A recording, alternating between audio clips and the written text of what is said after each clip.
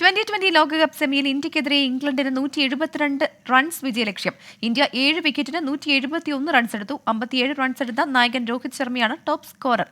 Sports ഡെസ്കിൽ നിന്ന് അനിൽ വാസുദേവ് ചേരുന്നുണ്ട്. കൂടുതൽ വിശദാംശങ്ങളുമായി അനിൽ, എങ്ങനെയാണ് ഇന്ത്യയുടെ പ്രതീക്ഷ? പ്രവിത, ഇന്ത്യ ഒരു ഡീസന്റ് ടോട്ടൽ തന്നെയാണ് ഇംഗ്ലണ്ടിന് മുന്നിൽ വെച്ചിരിക്കുന്നത്. 172 റൺസ് എന്ന വിജയലക്ഷ്യമാണ് ഇംഗ്ലണ്ടിന് മറികടക്കാനുള്ളത്. ഇന്ത്യ 7 വിക്കറ്റ് നഷ്ടത്തിലാണ് 171 റൺസ് എടുത്തത്. നായകൻ രോഹിത് ശർമ്മയുടെ തുടർച്ചയായ രണ്ടാം മത്സരത്തിൽ അർദ്ധ സെഞ്ചുറി നേടിയ നായകൻ രോഹിത് ശർമ്മയുടെ മികവിലാണ് ഇന്ത്യ ഈ മികച്ച സ്കോറിലേക്ക് എത്തിയത്. 39 പന്തിലാണ് രോഹിത് 57 റൺസ് എടുത്തത്. ക്യാപ്റ്റൻ എന്ന നിലയിൽ 5000 റൺസ് പൂർത്തിയാക്കിയ രോഹിത് വേൾഡ് കപ്പിൻ്റെ 2020 വേൾഡ് കപ്പിൽ 50 സിക്സറുകൾ നേടുകയും ചെയ്തു. ഇങ്ങനെ വിവിധ നാഴികക്കല്ലുകളോടെ പിന്നിട്ടാണ് രോഹിത് ഇന്ത്യയെ ഒരു മികച്ച സ്കോറിലേക്ക് എത്തിച്ചത്.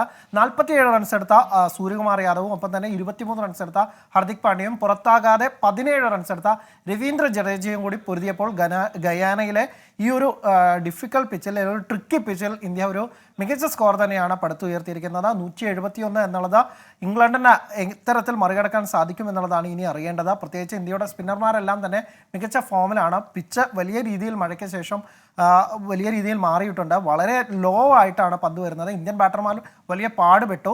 ഒരുപക്ഷെ ഇന്ത്യക്ക് ഇടയ്ക്ക് മഴ പെയ്തില്ലായിരുന്നെങ്കിൽ ഒരുപക്ഷെ ഇന്ത്യ 200 എന്ന സ്കോറിലേക്ക് പോകുമായിരുന്നു.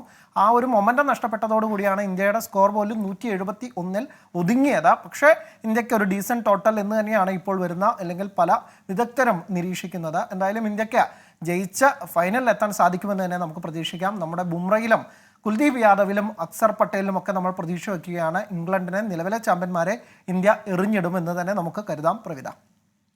ശരി, സ്പോർട്സ് ഡെസ്കിൽ നിന്ന് അനിൽ വാസുദേവാണ് വിവരങ്ങൾ നൽകിയത്.